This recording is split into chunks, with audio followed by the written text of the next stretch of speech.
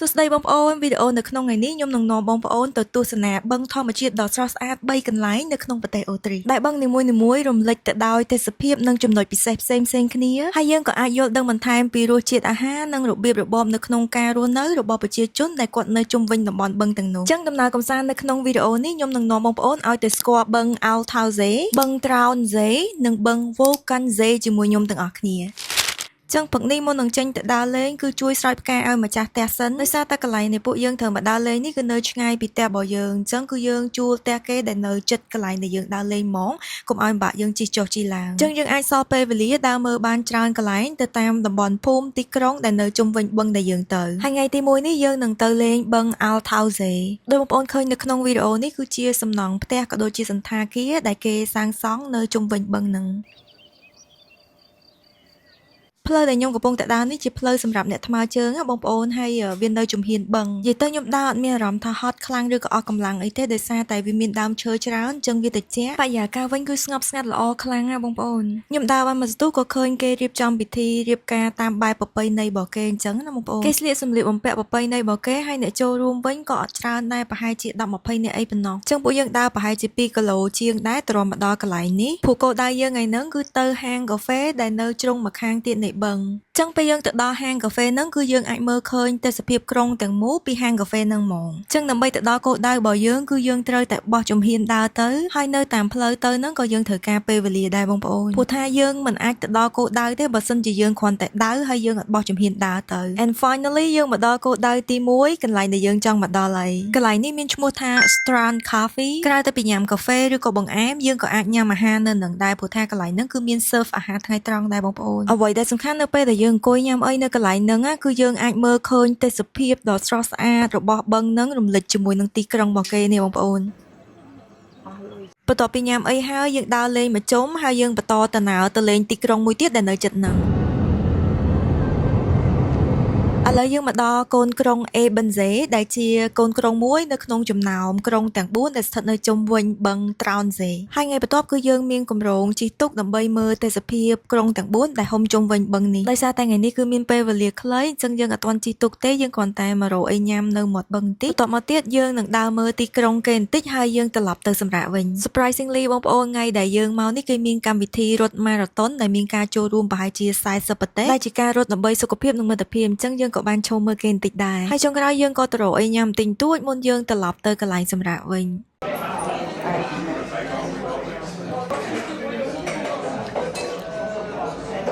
អរុនសួស្តីបងប្អូនថ្ងៃទី2នេះគឺយើងកម្រងទៅជិះទូកប៉ុន្តែមុននឹងយើងធ្វើដំណើរទៅជិះទូកយើងក៏ឈប់នៅទីក្រុងបុរាណមួយកន្លែងនៅក្នុងប្រទេសអូទ្រីដែរដែលកន្លែងនេះគឺត្រូវបានគេស្គាល់ដោយសារតែមានកន្លែងស្ប៉ាដ៏ល្បីមួយដែលធ្វើឡើងតាំងពីសតវត្សទី18អញ្ចឹងកន្លែងស្ប៉ាហ្នឹងគឺមានឈ្មោះថា Bad Ischl ខ្ញុំមិនដឹងថាខ្ញុំហៅឈ្មោះត្រូវក៏អត់ទេបងប្អូនប៉ុន្តែខ្ញុំបានដាក់អក្សរនៅខាងលើវីដេអូរបស់ខ្ញុំនេះដែរដោយសារតែយើងទិញសំបុត្រដែលជិះទូកហ្នឹងគឺម៉ោង12ថ្ងៃត្រង់អញ្ចឹងយើងនៅសល់ពេលវេលាច្រើនយើងក៏ដើរមើលទីក្រុងហ្នឹងបន្តិចហើយឈប់ញ៉ាំការ៉េមមួយកែវសិនកន្លែងដែលខ្ញុំឈប់ញ៉ាំការ៉េមនេះគឺយើងអាចមើលឃើញទេសភាពនៅតាមដងស្ទឹងដ៏ស្រស់ស្អាតរបស់ទីក្រុងមួយនេះបងប្អូនខ្ញុំសង្កេតឃើញថាទីក្រុងនេះគឺរក្សាបាននៅអគារបុរាណច្រើនមានហាងកាហ្វេច្រើនគួរសមដែរក៏ដូចជាបរិយាកាសគឺស្ងប់ស្ងាត់ល្អបងប្អូនញ៉ាំការ៉េមហើយយើងដើរមើលទីក្រុងរបស់គេបន្តិចហើយយើងក៏គៀកម៉ោងទៅជិះកប៉ាល់ទឹកដែរ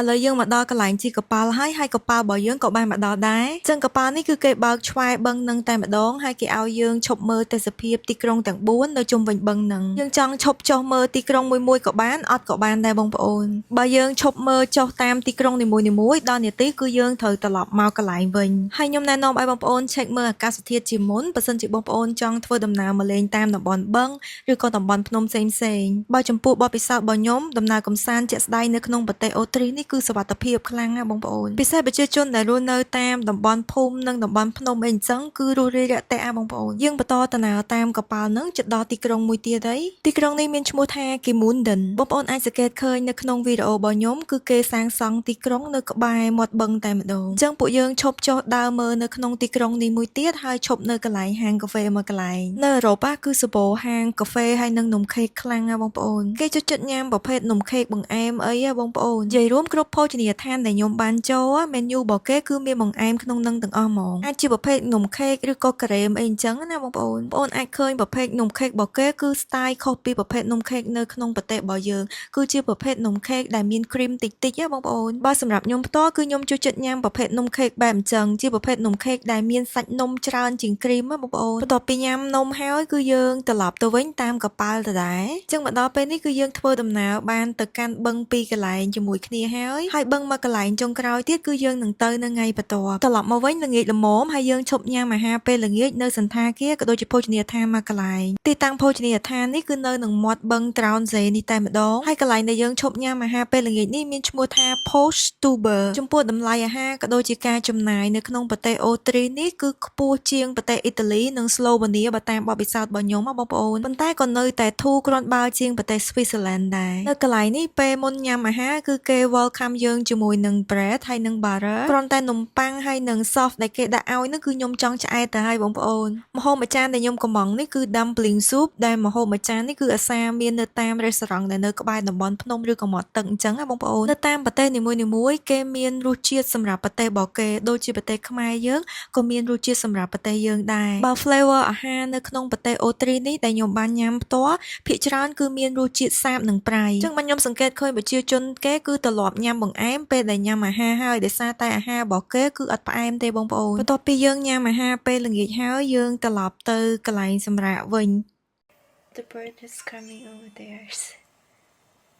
បងប្អូនមើលឃើញត្រីនៅក្នុងបឹងនេះទឹកនៅនេះគឺថ្លាខ្លាំងបងប្អូនគឺមើលឃើញត្រីច្បាស់តែម្ដងតែត្រីនៅក្នុងបឹងនេះគឺគេអត់ចាប់ឬក៏អត់ស្ទូចនោះទេដោយសារតែគេមានតំបន់របស់គេអភិរក្សអញ្ចឹងណាបងប្អូនហ៊ានតែចាប់ឬក៏ស្ទូចផ្ដេសផ្ដាសខុសកន្លែងគឺប៉ូលីសផាឲ្យបងប្អូនអញ្ចឹងនៅក្នុងវីដេអូនេះគឺជាទេសភាពចេញពីបឹង Wolfgangsee បងប្អូនទាំងអស់គ្នាឃើញទឹកបឹងនេះពណ៌ខុសពីបឹងពីមុនដែលយើងបានទៅអត់បងប្អូនសម្រាប់ Wolfgangsee នេះពណ៌របស់បឹងនេះគឺមើលឃើញមកពណ៌រាងខៀវហ្មងបងប្អូនដល់ពេលពីបឹងមុនគឺពណ៌រាងបៃតងហ្មងអញ្ចឹងពណ៌របស់ទឹកបឹងនៅនេះគឺវាអាចប្រែប្រួលទៅតាមរយៈពន្លឺថ្ងៃក៏ដូចជាសារជាតិរ៉ែទុយៗដែលហូរមកពីភ្នំទីក្រុងនេះគឺគេសាងសង់ស្តៀងទៅនឹង Hallstatt ដែរបងប្អូនគ្រាន់តែថា Hallstatt វារាងលេចធ្លោជាមួយនឹងពណ៌ជាងណាបងប្អូនតែយើងមើលទៅគឺអាគារគឺគេសង់នៅជម្រាលភ្នំដូចគ្នាបងប្អូនអញ្ចឹងនៅកណ្ដាលទីក្រុងគេនេះគឺគេមានលក់វត្ថុអនុស្សាវរីយ៍ហាងកាហ្វេហើយនេះគឺកណ្ដឹងគោបងប្អូនគោនៅតាមភ្នំគឺមានពាក់កណ្ដឹងហ្នឹងហ្មងឥឡូវយើងមកកាន់កន្លែងហាងនំមួយនេះនេះគឺជាប្រភេទនំប្រពៃណីរបស់ប្រទេសអូទ្រីនេះបងប្អូនជាប្រភេទនំប៉័ងបែបលាយខេកមិនដឹងទេបងប្អូនប៉ុន្តែអាចរក្សាទុកបានយូរនំហ្នឹង